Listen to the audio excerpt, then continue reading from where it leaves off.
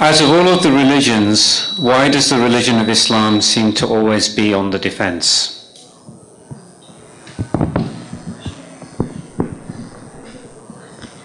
That's because you're living in a certain part of the world where it's always on the offense. Okay, if you were to have been born and raised in another part of the world, in most Middle Eastern countries, you wouldn't be asking this question.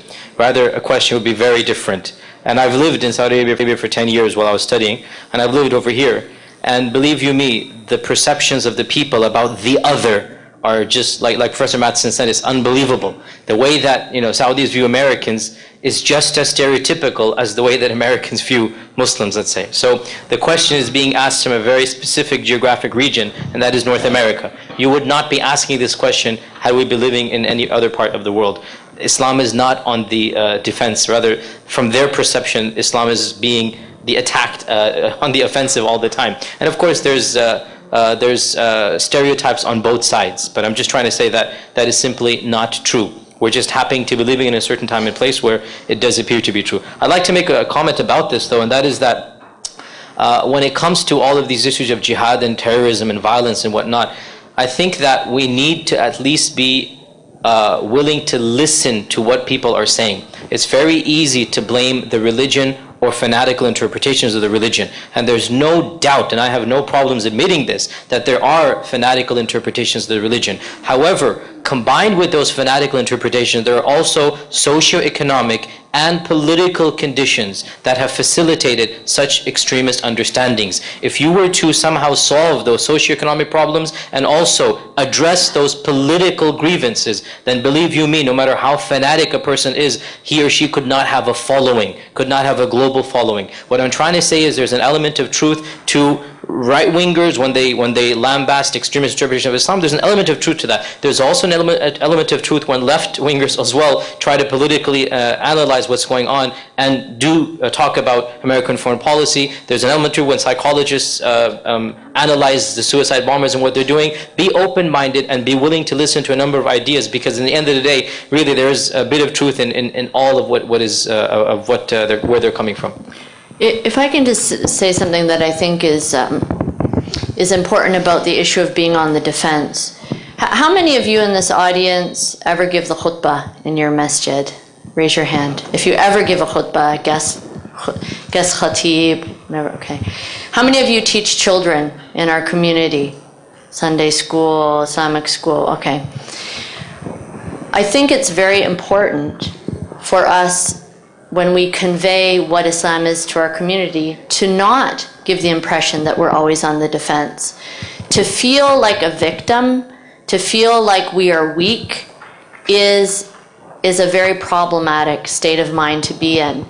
Because it makes you look to blame others. It doesn't make you look to the strengths within inside yourself. For people who are, our community, like every community, has all sorts of personalities. They're the people who are very resilient. They could go through the worst hardship and they come out stronger for it. But most people aren't that way. Most people are just normal. And there's a certain amount of stress that they can take, and then they just want to stay away from it. And what's happening is that if we continually talk about, in the khutbah or in our talks, our community, everyone attacks us, the Muslims are weak, this and that, people will feel disempowered. And many people will just fade away. Some people will have a negative, a problematic reaction. We have to be realistic. There are problems, that need to be addressed. But part of the realism is also saying we also have many strengths.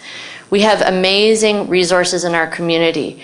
We are, mashallah, looking at, if we just look around this country, compare it to 30 years ago, the number of masajid, the number of schools, our rights, public figures, how Muslims are being accepted in the public sphere. Yes, also attacked, but that's part of it.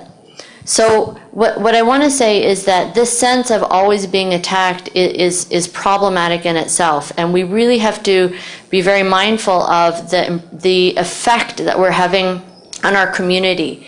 We need to empower our community to do something about the problems, the real problems that are out there. We need to give them solutions. We need to give them projects that they can be successful at so they feel encouraged to do more, but not to just feel like, oh, I'm a victim, everyone's attacking me. And the Quran also talks about وَاصْبِرْ لِحُكْمِ رَبِّكَ وَلَا تُطِعْ مِنْهُمْ آثِمًا أَوْ كَفُورًا. That you have to have a level of patience and continue to do what you are supposed to be doing.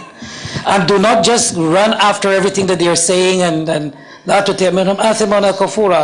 The transgressor or the disbeliever that they take you away, you have to keep going after them. No, you have to stand firm. The sabr here is to remain firm and continuously doing what you are supposed to do.